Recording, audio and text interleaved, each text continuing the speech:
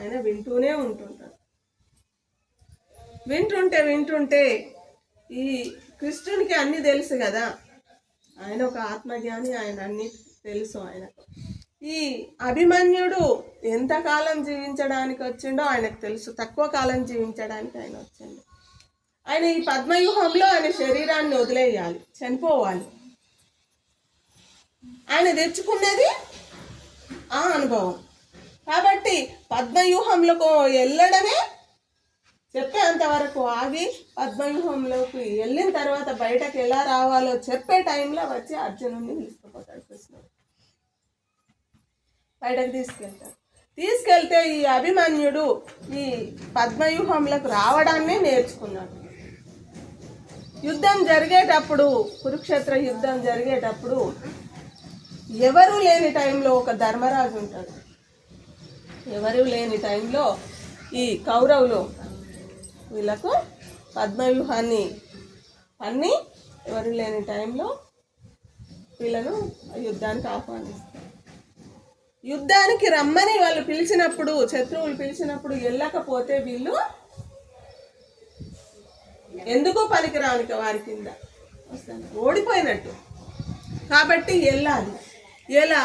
భీముడు లేడు, అర్జునుడు లేడు, నకుల సహదేవుడు లేడు, ఎవరూ లేరు.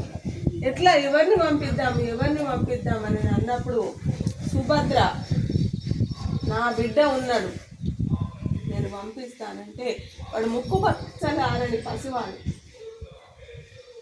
నా తమ్ముడు లేడు, నా తమ్ముని బిడ్డ, నా తమ్ముడు లేకుండా నేను పంపిస్తే తమ్ముడు వచ్చిన తర్వాత నన్ను ఏమంటాడో అని ధర్మరాజు అంటాడు. ధర్మరాజు అంటే ధర్మాత్ముడు, ఇన్ని ధర్మాలు తెలిసినవాడు.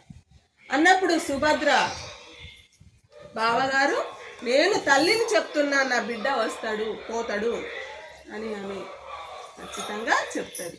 చెప్పి కొడుకు దగ్గరకు వస్తాడు. కొడుకు దగ్గరకు వస్తే అప్పటికే ఉత్తర, అభిమన్యుని భార్య ఉత్తర, ఆమె నాకు కల వచ్చింది స్వామి, మీరు నాకు దూరమైనట్టు కల వచ్చింది, మీరు ఎక్కడికి వెళ్ళాలని ఆమె ఏడుస్తున్నాడు.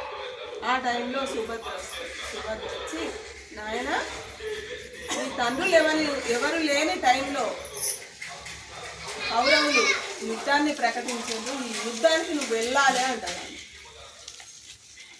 అన్నప్పుడు సరే అమ్మా అని లేస్తాడు. అది లేస్తే ఉత్తరంటది, స్వామి మీరు వెళ్ళొద్దు, నాకు రాత్రి కళలో మీరు దూరమైనట్టు కళ వచ్చింది, మీరు అసలే వెళ్ళొద్దని ఏడిస్తే ఉత్తరంటది, నేను వీరపత్నిని అనిపించుకున్నా, వీరమాతను అనిపించుకుంటా, నేను క్షత్రియ ధర్మము ముందటికి వెళ్ళడమే కానీ వెనకకు రావడం కాదు, బతికినా చచ్చినా పర్వాలేదు అని యుద్ధానికి వెళ్ళాలి, నువ్వు కూడా వీరపత్ని అనిపించుకోవాలి అని ఆమెకు నచ్చజెప్పి అభిమన్యుని యుద్ధానికి పంపిస్తే అభిమన్యుడు యుద్ధానికి వెళ్తాడు.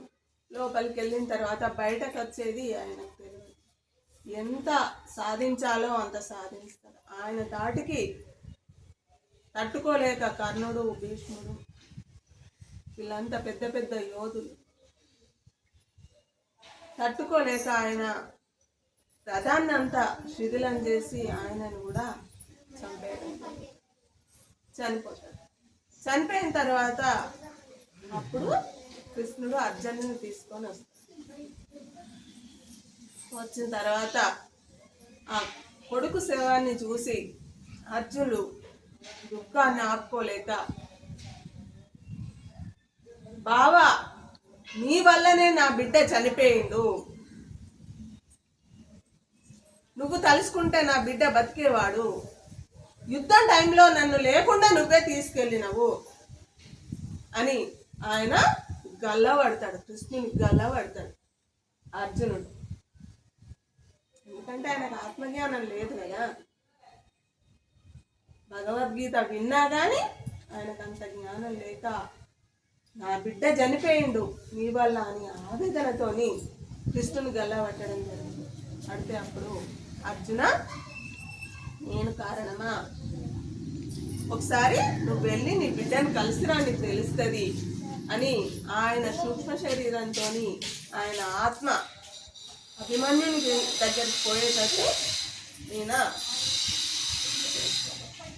అప్పుడు ఈయన సోలు పైలోకాలకు వెళ్తాడు.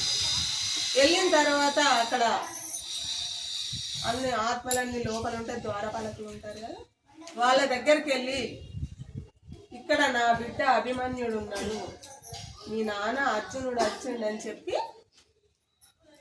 తీసుకురండి అని అంటే ఆ ద్వారపాలకులు లోపలికి వెళ్ళి అభిమన్యుని దగ్గరికి వెళ్ళి నీకోసము మీ తండ్రిట అర్జునుడు వచ్చిండు రమ్మంటుండు అని అంటే నేను చాలా బిజీగా ఉన్నా, ఇక్కడ నేను నా పనిలో నేనున్నా, ఏ జన్మలో నా తండ్రి అతను,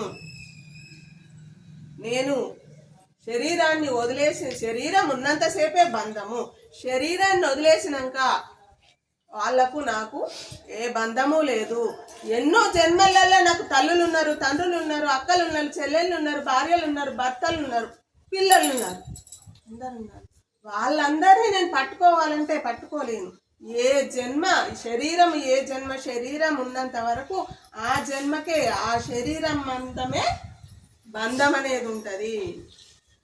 ఆ వచ్చిన ఆ శరీరాన్ని తీసుకొని భూమి మీదకి వచ్చిన టైం అయిపోయిన తర్వాత, మనం చేయాల్సిన కర్మ అయిపోయిన తర్వాత అందులో నుంచి వచ్చినాము, బయటకు వచ్చినామనంటే ఆ బంధానికి మనకు సంబంధం లేదు.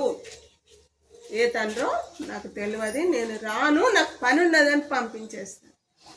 వచ్చి అర్జునునితోని ఆ ద్వారపాలకులు ఇట్లా అన్నాడు, మీ అబ్బాయి ఏ